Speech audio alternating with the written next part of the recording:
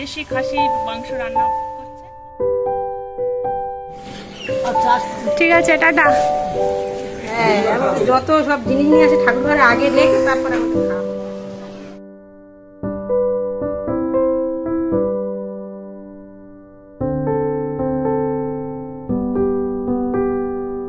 Hello, আমি অনুপ্রিয়া। আশা করছি আপনারা সবাই সুস্থ আছেন, ভালো আছেন। প্রিন্সেস ফ্যামিলিতে সবাইকে স্বাগত। আজ সকালে উঠেই সোজা চলে এসেছি রান্নাঘরে, আর আজ এখান থেকেই ব্লগটা শুরু করছি। আপনারা আমার সাথে থাকুন আর পুরো ভিডিওটা দেখতে থাকুন। আশা করছি আপনাদের ভালো লাগবে। আর আমার চ্যানেলে যদি নতুন হয়ে থাকেন, প্লিজ সাবস্ক্রাইব করে আমার পাশে থাকুন আর পাশে থাকা বেল আইকনকে প্রেস করে রাখুন। তাহলে আমার পরবর্তী ভিডিও নোটিফিকেশান সহজেই চলে যাবে আপনার ফোনে। ঠাম্মি ছাড়া আমাদের বাড়িতে চায়ের নেশা তেমন কারণ নেই। শীতকালে তা হলেও আমি তাও একটু খাই। আর আগের দিন বললাম না, মেসোমশাই মাসি এসছে, তাই ওনাদের জন্যই চা বানাচ্ছিলাম।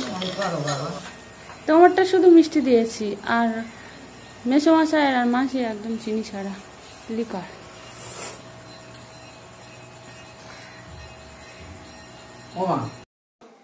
ওনারা এখন গল্প করুক, আমার ওদিকে টিফিন বানানোর তাড়া আছে। আপনাদের সাথে গল্প করতে করতে টিফিনটা বানিয়ে ফেলি, চলুন।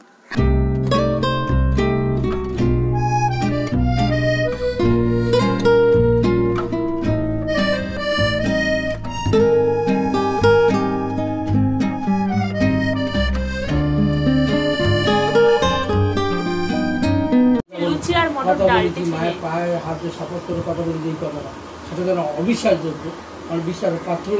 আমাদের এখানে জানেন একটা রিচুয়াল আছে যে অম্বুবাচীর সময় মেয়ের বাড়িতে আম কাঁঠাল দিতে হয়। সেটা ধনী গরিব নির্বিশেষে নিজ নিজ সামর্থ্য অনুযায়ী এই নিয়ম সবাই পালন করে থাকে। আর আমার বিয়ের পর আমার এই বড় মেসোমশাই সেই নিয়ম মেনে আসছে।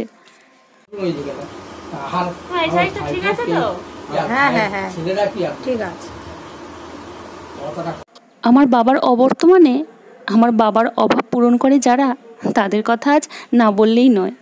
তারা হলো আমার জেঠু, আমার বড় মেসোমশাই আর আমার বোন। আমার বোন আমার থেকে ছোট হলেও ও আমার ভাইয়ের মতো দিদির সব দায়িত্বই পালন করে থাকে। দেখুন মেসোমশাই কত বড় কাঁঠাল নিয়ে এসেছে মেয়ের বাড়িতে, আর আম, মিষ্টি, তারপরে নিজের জমিতে চাষ করা সর্ষে, ডাল, আরও কত কি নিয়ে এসেছে। আর জানেন, এই অমাবস্যার সময় মেসোমশাই তো খাসির মাংস পর্যন্ত নিয়ে আসে। এবছরে মাংসটা আগেই পাঠিয়ে দিয়েছিল, সেই ভিডিওটা না করা হয়নি। এদিকে গল্প করতে করতে আমার টিফিন একদমই রেডি। চলুন এবারে টিফিনটা ওনাদের দিয়ে দিই, তারপর আবার গল্প করছি।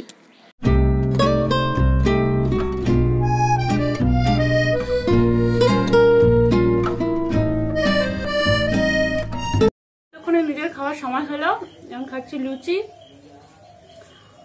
আর মটর ডাল মিষ্টি।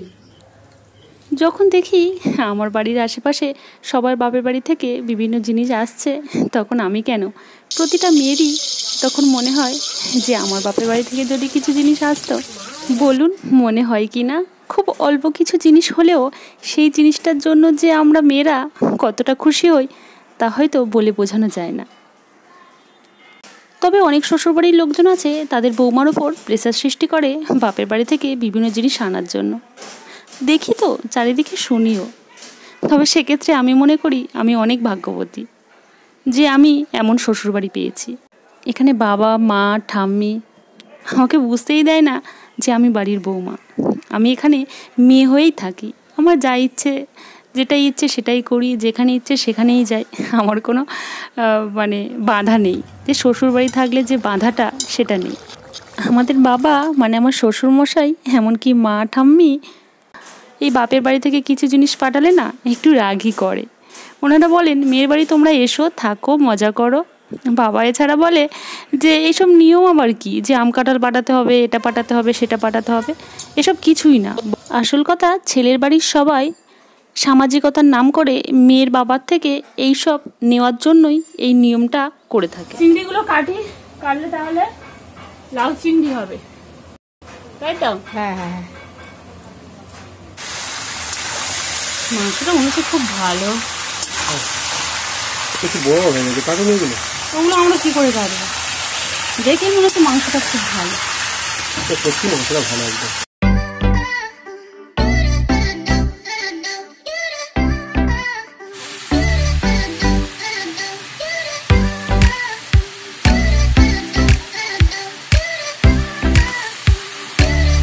হাজবেন্ড এখন দেশি খাসি মাংস রান্না করছে, আর আমার আর মায়ের যা রান্না ছিল সেই রান্নার কাজ সব হয়ে গেছে, তাই তো মা?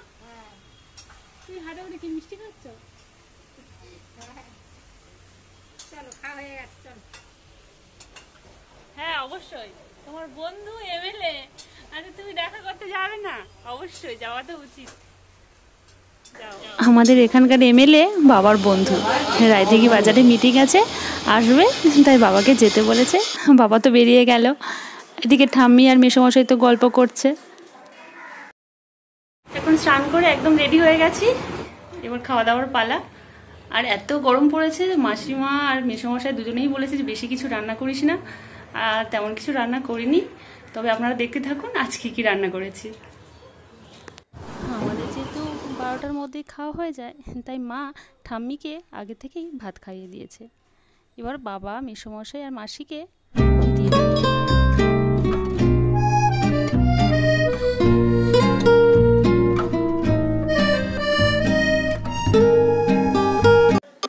মাকেও ওদের সাথে জোর করে বসিয়ে দিয়েছি। মা তো আমাকে ছাড়া খেতেই চাইছিল না।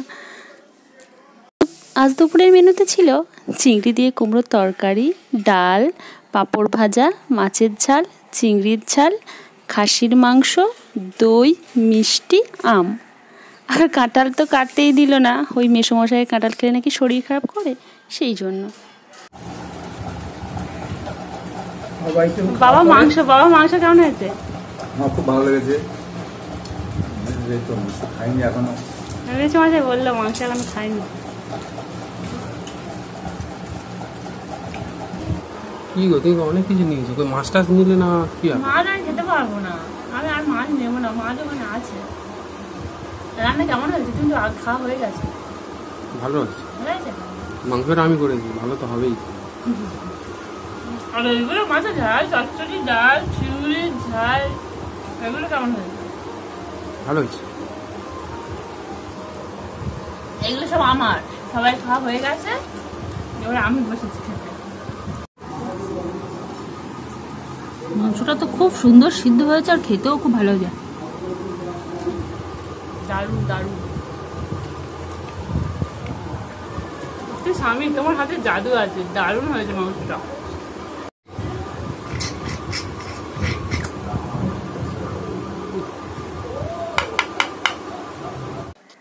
খাওয়া দাওয়া, গল্প, খুব ভালো একটা দিন কাটালাম আজ।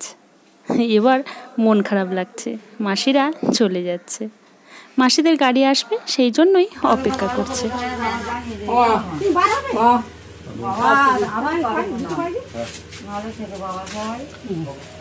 ঠিক আছে।